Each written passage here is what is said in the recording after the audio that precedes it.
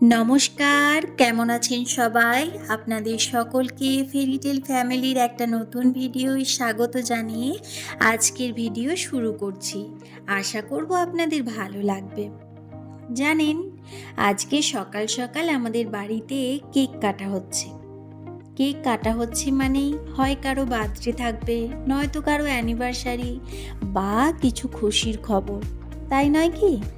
আমরা তো খুশিটাকে এরকমভাবে আনন্দ করে একটা কেক কেটে সেলিব্রেট করি। আপনারা কিভাবে আপনাদের আনন্দটা সেলিব্রেট করেন সেটা কিন্তু কমেন্টে অবশ্যই জানাবেন।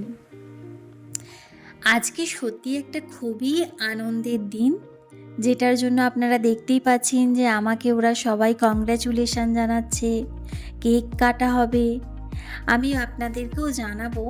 এরকম সুখবর আপনাদের সাথে শেয়ার না করে কি আর থাকা যায় বলুন? তবে তার আগে আমি কিছু কথা বলি আপনাদের। কেকটা আজকে সকালে আনা হয়নি, কেকটা আনা হয়েছিল কালকে রাত্রে।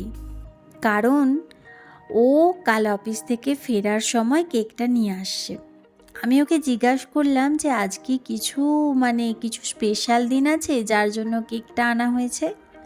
ও আমাকে বলল, না সেরকম কিছু না, তো খাওয়ার জন্য এনেছি, যদি খেতে ইচ্ছা যায় খাও, নালে কালকে কাটবে।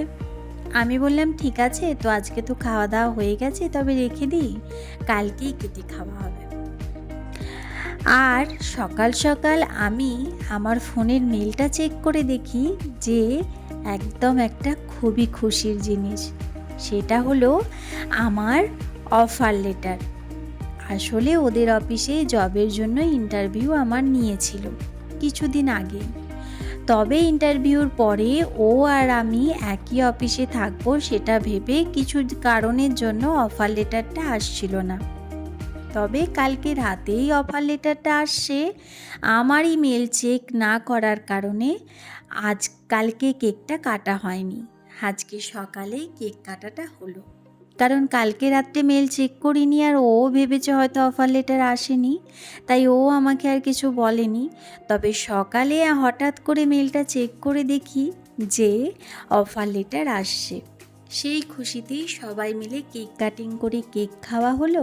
তারপর তো অফিস চলে গেল। তারপর আমি স্নান করে সেবা দিয়ে দুপুরের খাবার দাবার এদিকে বাড়তে শুরু করেছি। জব পাওয়ার খুশিতে আজকে বানিয়েছিলাম চিকেন আর রাইস।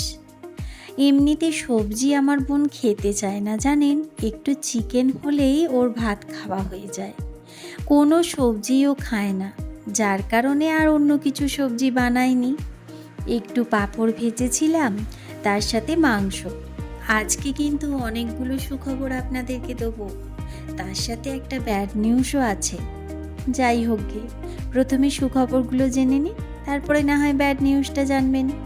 দ্বিতীয় গুড নিউজটা হলো এই যে এটা একটা পার্সেল আসছে, আপনারা দেখতেই পাচ্ছেন। আসলে আমি যেহেতু জব করতে যাব, সারাদিন আমার বোন বাড়িতে একাই থাকবে, সেই জন্য ওর জন্য একটা ফোন অর্ডার করেছিলাম। একটা রিয়েলমির ফোন ওর জন্য নিয়েছি। তবে ও প্রথমে বলছিল যে আমার জন্য একটা আইফোন অর্ডার কর, কিন্তু আইফোনটা এখন সম্ভব না, তাই রিয়েলমির ফোনটাই দিলাম।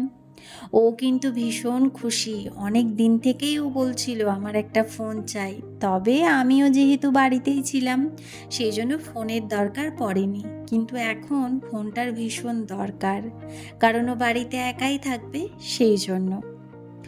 আর আজকে সন্ধ্যাবেলা ও ওর কিছু বন্ধুদেরকে আমাদের বাড়িতে ইনভাইট করেছিল জব পাওয়ার খুশিতে পার্টি দেওয়ার জন্য। তবে সবাই আসতে পারেনি, আসছিল একটা বন্ধুই। আর ব্যাড নিউজটা হলো এটাই যে তামিম ছিল না একটা বাচ্চা, সে তার মা বাবা সবাই চলে যাচ্ছে, মানে অন্য জায়গায় তাদের জব লেগেছে, সেখানেই চলে যাচ্ছে। আমি যেদিন জয়েনিং করব সেদিনই ভাই আর লাস্ট দিন।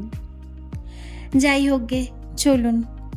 এরা আসছিল, আমরা অনেকক্ষণ ধরে গল্প গুজব করলাম, খাওয়া দাওয়াও হলো। আজ হয়েছিল বিরিয়ানি, চিকেন, অনেক কিছু রান্নাবান্না বাইরে থেকেই অর্ডার করা হয়েছিল। সব কিছু খাওয়া দাওয়াও হলো, অনেকক্ষণ গল্প গুজবও হলো। চলুন এবার ঘুমিয়ে যেতে হবে, কারণ কাল সকালে উঠেই রেডি হয়ে অফিসের দিকে রওনা দিতে হবে যে।